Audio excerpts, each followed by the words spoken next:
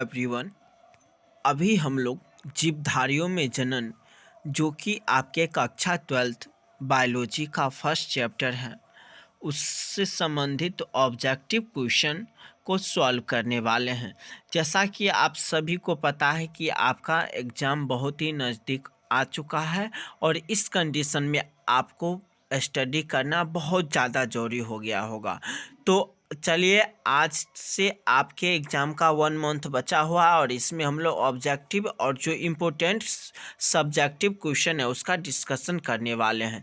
पहला question, east में प्रजनन मुख्यतः किसके माध्यम से होता है? बताना है। मुकुलन, विखंडीकरण, परागन और ऑप्शन नंबर डी इन सभी के द्वारा। इसका आंसर हो जाएगा आपका ए। ईस्ट में मुकुलन जो है वो ईस्ट में जो प्रजनन होता है वह मुकुलन के माध्यम से होता है। नेक्स्ट क्वेश्चन नंबर 2, युग्मक सामान्यतः किस प्रकार के होते हैं? अब आपको बताना है कि युग्मक कैसे होते हैं। हैप्लॉइड्स होते हैं, डिप्लॉइड्स होते हैं, पॉलीप्लॉइड होते हैं या नलीप्लॉइड होते हैं। चलिए, तो इसका आंसर हो जाएगा हैप्लॉइड। युग्मक जो होते हैं वो हैप्लॉइड होते हैं, अर्थात युग्मक अगुणित होते हैं। युग्मक कैसे होते हैं? अगुणित होते हैं युग्मक। Next question number 3। Question number 3 है, निम्नांकित किसमें पादप काय अगुणित होते हैं? वही कि मतलब कौन सा अंग है, मतलब ऐसे पौधा है या जीव है जिसमें अगुणित युग्मक पाया जाता है? तो देखिए, पादप का जो अगुणित है वो आपको ऑप्शन नंबर ए दिया हुआ है शैवाल, बी दिया हुआ है कवक, सी दिया हुआ है ब्रायोफाइट और डी दिया हुआ है इनमें से सभी। तो इसका आंसर हो जाएगा इनमें से सभी। आपको शैवाल, कवक और ब्रायोफाइट इस तीनों में अगुणित युग्मक देखने को मिलता है, जबकि टेरिडोफाइट और जिम्नोस्पर्म में द्विगुणित देखने को मिल जाएगा। चलिए, नेक्स्ट क्वेश्चन नंबर 4, अदरक में कायिक परिवर्धन किसके द्वारा होता है? ऑप्शन ए राइजोम, बी जड़, सी ट्यूबर और डी बल्ब। देखिए अब किसके द्वारा होगा, तो इसका आंसर हो जाएगा ए राइजोम। अदरक में कायिक परिवर्धन राइजोम के माध्यम से होता है। नेक्स्ट क्वेश्चन नंबर 5, कंद किसका रूपांतरण है? आपको बताना है कि कंद किसका रूपांतरण है। ए कली का, बी तना का, सी जड़ का और डी संचयित जड़ का। इनमें से कंद किसका रूपांतरण है ये बताना। अगर आप एनसीईआरटी सही से पढ़े हैं तो आपको बताया गया होगा कि कंद किसका रूपांतरण होता है। कंद जो है वो जड़ का रूपांतरण होता है। नेक्स्ट क्वेश्चन नंबर 5, काजू निम्नलिखित में से कैसा फल कहलाता है? काजू को आप किस प्रकार के फल कहेंगे? यथार्थ फल, बेरी, नट और सभी। आप क्या कहेंगे इससे? तो काजू को आप नट कहेंगे। क्या कहेंगे? काजू एक प्रकार का नट है। नेक्स्ट क्वेश्चन नंबर 7, नेम्यूलस निर्माण किसमें होता है? नेम्यूल्स का निर्माण किसमें होता है? ए ईस्ट में, बी हाइड्रा में, सी अमीबा में और डी नहीं दिया हुआ है, दिया हुआ है स्पंज में। तो बताइएगा नेम्यूल्स का निर्माण किसमें होता है? इसका हो जाएगा स्पंज, अर्थात स्पंज में नेम्यूल का निर्माण होता है। नेक्स्ट क्वेश्चन नंबर 8, 124 शुक्राणुओं के निर्माण में कितने अर्धसूत्री विभाजन की आवश्यकता है? तो इसका ऑप्शन ए 124, बी 31, सी 30 और डी 62। आप इसमें क्या कीजिए कि 4 से भाग दे दीजिए। जितना भी शुक्राणु की संख्या दिया हुआ उसमें 4 से भाग दे दीजिए, उसका आंसर आपको आ जाएगा। इसका आंसर होगा, अगर 124 अर्थात 124 में जब हम लोग 4 से भाग देंगे तो वो उसका भागफल 30 आएगा, 31 आएगा, अर्थात इसका आंसर हो जाएगा डी 31। नेक्स्ट, केंचुआ कैसा प्राणी है? अब आप एनसीईआरटी पढ़े होंगे तो आपको पता होगा कि केंचुआ कैसा प्राणी है। याद रखिएगा, जितना भी क्वेश्चन आएगा आपके सिर्फ और सिर्फ एनसीईआरटी से ही आएगा, तो एनसीईआरटी को पढ़ना मत भूलिएगा। नेक्स्ट, केंचुआ कैसा प्राणी है? तो केंचुआ एकलिंगी, ऑप्शन ए, ऑप्शन बी द्विलिंगी, ऑप्शन सी अलिंगी और ऑप्शन डी नपुंसक। केंचुआ कैसा प्राणी हो जाएगा? तो द्विलिंगी होगा। अर्थात आपको पता है कि द्विलिंगी जीव किसे कहते हैं। ये इम्पोर्टेंट क्वेश्चन रहता है सब्जेक्टिव में कि एकलिंगी जीव किसे कहते हैं और द्विलिंगी जीव किसे कहते हैं। तो सब्जेक्टिव में भी आप लोग इससे याद कर लीजिएगा। नेक्स्ट है, इनमें से कौन सा भाग अगुणित है? अब आपको उस भाग का नाम बताना है जो अगुणित होता है। ए अंडाशय, बी परागकोश, सी पराग और डी युग्मनज। अगुणित मतलब हैप्लॉइड को ढूंढना है। तो देखिए, अंडाशय जो होता है वो 2n होता है, परागकोश जो रहता है वो आपको परागकोश जो है वो नर प्रजनन अंग में पाया जाता है, और ये जो रहता है वो द्विगुणित ही रहता है। पराग जिसे आप लोग युग्मक कहते हैं, परागकण जिसे कहते हैं, वो आपका अगुणित होता है। परागकण को पौधे का नर युग्मक के रूप में जाना जाता है। तो आंसर इसका हो जाएगा सी। चलिए नेक्स्ट, क्वेश्चन नंबर 11, इनमें से किसे बंगाल का आतंक कहा गया है? बंगाल के आतंक किसे कहा जाता है? एनसीईआरटी पढ़े होंगे, आपको पता होगा। अगर नहीं पढ़े हैं तो अभी भी आपके पास टाइम है, एनसीईआरटी को पढ़िए और उसका जो भी ये इम्पोर्टेंट पॉइंट है उसको हाईलाइट कीजिए। तो ऑप्शन ए ब्रायोफिल्म हो जाएगा, ऑप्शन बी आपका हो जाएगा जलकुंभी, ऑप्शन सी हो जाएगा अगेव और ऑप्शन डी हो जाएगा केला। तो चलिए, बंगाल का आतंक जो है जलकुंभी को कहा जाता है, इसका आंसर हो जाएगा बी। नेक्स्ट, इनमें कौन ठहरे हुए पानी में उगकर ऑक्सीजन खींच लेता है? ऐसा कौन सा पौधा है जो ठहरे हुए पानी में पाया जाता है और वहाँ पर रहने के बाद उस पानी से ऑक्सीजन को खींच लेता है, जिसके वजह से जलीय जीवों की मृत्यु हो जाती है?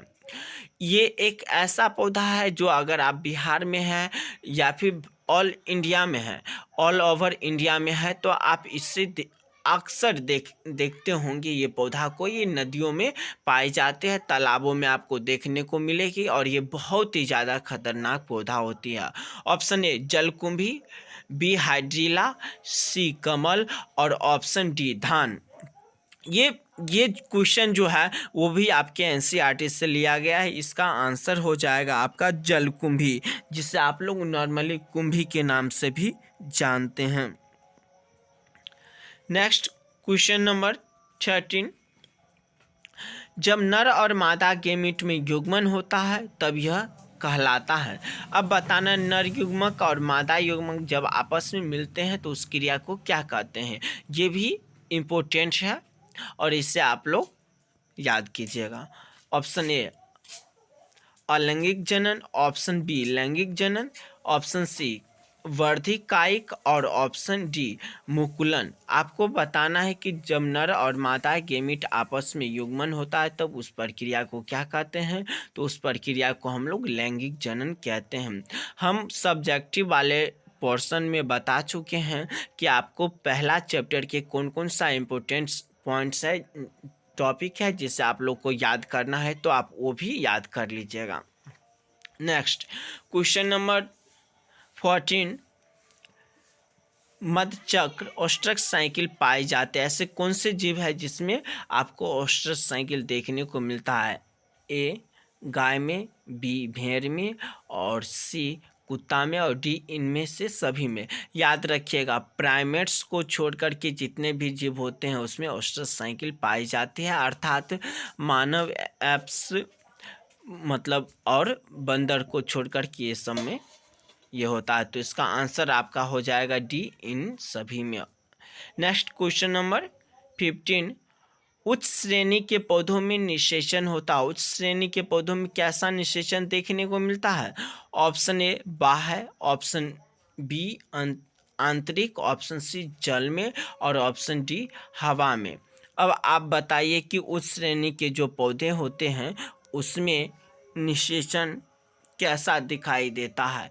तो इसका आंसर आपका हो जाएगा उच्च श्रेणी के पौधों में आंतरिक निषेचन देखने को मिलता है। उच्च श्रेणी के पौधा कहे तो आपका हो गया एंजियोस्पर्म के जो बड़े बड़े पौधे होते हैं उनमें आंतरिक निषेचन देखने को मिलता है। नेक्स्ट क्वेश्चन नंबर 16, सल्ककंद जिसे बल्ब का कहा जाता है का उदाहरण है। सल्ककंद का उदाहरण बताना। अदरक, दूब घास, प्याज और आलू। ये देखिए बहुत ही ज़्यादा इम्पोर्टेंट क्वेश्चन है ये कि बल्ब का उदाहरण बताइए। ये ना आपके सिर्फ आपके बिहार बोर्ड में पूछा जाता है बल्कि इस प्रकार के क्वेश्चन नीट में भी कई बार पूछा गया है। बल्ब वाला तो पूछा भी गया है, तो आप इसे भी सही से याद कर लीजिएगा, इसके पूछने की संभावना बहुत ज़्यादा है। इसका आंसर हो जाएगा प्याज में। बल्ब का उदाहरण जो रहता है वो ऑनियन अर्थात प्याज रहता है। नेक्स्ट क्वेश्चन नंबर 17, स्तनधारियों में निषेचन कहाँ होता है। स्तनधारी जो जीव है उसमें निषेचन की क्रिया कहाँ पे संपन्न होती है ये पूछ रहा। ऑप्शन ए अंडाशय में, ऑप्शन बी वसीय भाग में, ऑप्शन सी गर्भाशय में और ऑप्शन डी फैलोपियन नली में। बताइए तो नर पूछ रहा है स्तनधारियों में निषेचन कहाँ होता है, अर्थात स्तनधारी जैसे मानव में निषेचन की क्रिया शरीर के किस भाग में संपन्न होता है, अर्थात नर युग्मक और मादा युग्मक शरीर के किस भाग में मिलते हैं। तो इसका आंसर हो जाएगा फैलोपियन नली, जिसे फैलोपियन ट्यूब के नाम से भी जाना जाता है। नेक्स्ट क्वेश्चन नंबर 18, प्राकृतिक अनिषेक जनन पाया जाता है। तो क्वेश्चन है नेचुरल पार्थेनोजेनेसिस कहाँ पाया जाता है। ए मक्खी में, बी मधुमक्खी में, सी मच्छर में और डी इनमें सभी में। याद रखिएगा ये क्वेश्चन थोड़ा सा फंसाने वाला दे दिया गया है। एक मक्खी और दूसरा मधुमक्खी, फिर मच्छर और फिर कह रहा है इनमें सभी में।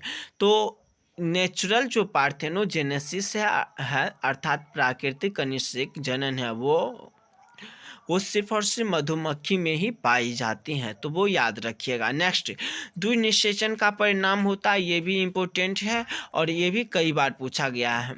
इसका ऑप्शन ए बीजपत्र, ऑप्शन बी बीजांडकाय, ऑप्शन सी भ्रूणपोष और ऑप्शन डी भ्रूण। द्विनिषेचन के फलस्वरूप किस चीज़ का निर्माण होता है पूछ रहा है, तो इसका आंसर हो जाएगा भ्रूणपोष, एंडोस्पर्म का निर्माण होता है। नेक्स्ट क्वेश्चन नंबर 20, बीजाणुओं द्वारा जनन करने वाले पौधे जैसे मॉस, फर्न सामान्यतः किस समूह में रखे जाते हैं। वैसा जीव जिसका जो जनन की प्रक्रिया होती है वो बीजाणुओं के द्वारा संपन्न होती हैं जैसे मॉस और फर्न, तो इसे कौन से समूह में हम लोग रखेंगे। एस्पोरोफाइट, थैलोफाइट्स, क्रिप्टोगेम्स और ब्रायोफाइट्स। तो इसका आंसर हो जाएगा क्रिप्टोगेम्स। ब्रायोफाइट्स जो है वो आपके ये वैरायटी है, वो तो होगा ही नहीं। एस्पोरोफाइट्स, थैलोफाइट्स और क्रिप्टोगेमस होने की संभावना था, बट ऐसे मतलब जीवाणु वाले जो रहते हैं उन्हें क्रिप्टोगेमस के नाम से जाना जाता है। नेक्स्ट क्वेश्चन नंबर 21, ये परिवर्तन जो लार्वा को वयस्क में परिवर्तित कर देते हैं कहलाते हैं। जब लार्वा वयस्क में परिवर्तित होता है तो उसे क्या कहा जाता है। मेटाजेनेसिस, एकांतरण, कायांतरण और फिर से डी में मेटास्टेसिस है, तो इसका आंसर हो जाएगा कायांतरण।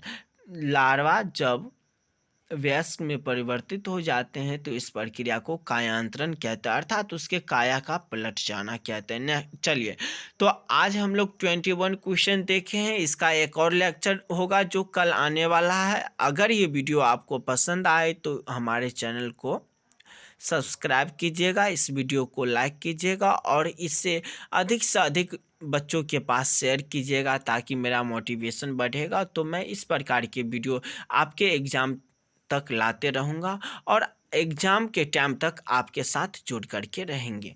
तो thank you for watching my video and यदि आप मेरे बारे में जानना चाहते हैं तो एक वीडियो बनाएंगे छोटा सा, जिसमें मैं आपको बताने वाला हूँ कि मैं अभी कौन सा वर्क करता हूँ और मैं आप लोगों को क्यों पढ़ाता हूँ ये सब। तो थैंक यू।